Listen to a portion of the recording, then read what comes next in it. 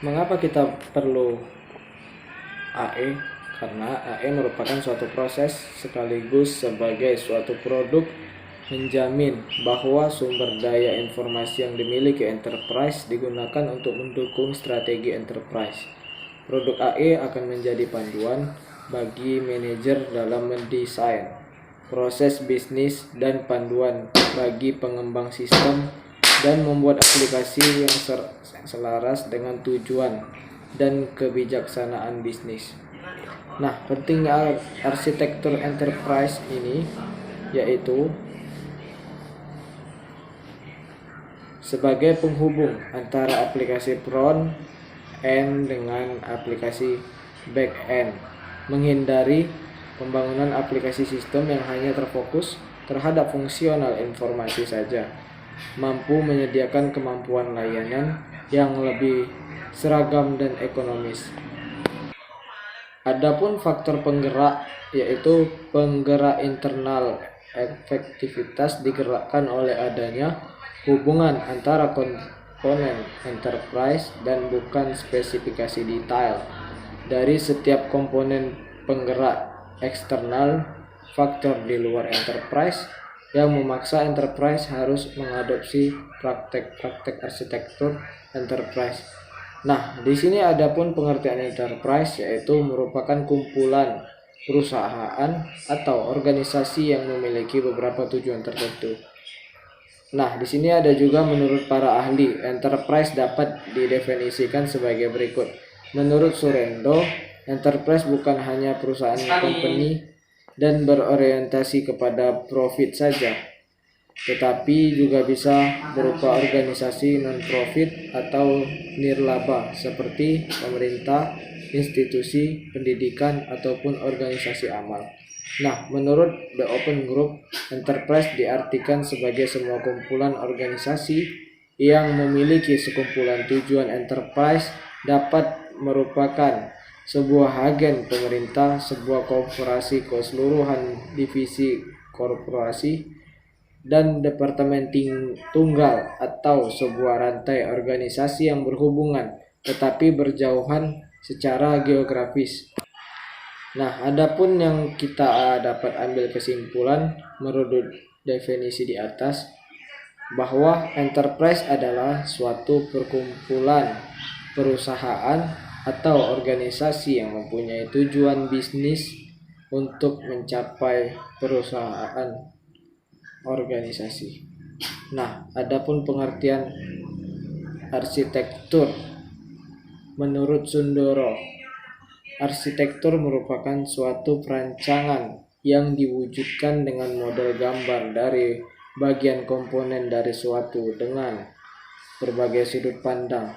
Enterprise arsitektur merupakan sebagai dasar sistem organisasi yang terdiri dari sekumpulan komponen yang memiliki hubungan satu sama lainnya serta memiliki keterhubungan dengan lingkungan sistem. Nah, memiliki aturan dan perancangan dan evaluasi. Arsitektur awalnya hanyalah sebuah prinsip dan istilah yang digunakan untuk membuat bangunan, tetapi dalam konteks teknologi informasi arsitektur diperlukan untuk membangun sebuah sistem. Pengertian enterprise arsitektur. Enterprise arsitektur merupakan perancangan proses bisnis dan teknologi di setiap organisasi dan perusahaan dan kemudian diintegrasikan untuk mencapai suatu tujuan tertentu. Menurut Surendo, enterprise arsitektur merupakan kumpulan prinsip, metode, dan model yang bersifat masuk akal yang digunakan untuk mendesain dan merealisasikan sebuah struktur organisasi enterprise, struktur organisasi, sistem informasi, dan sistem infrastruktur lainnya.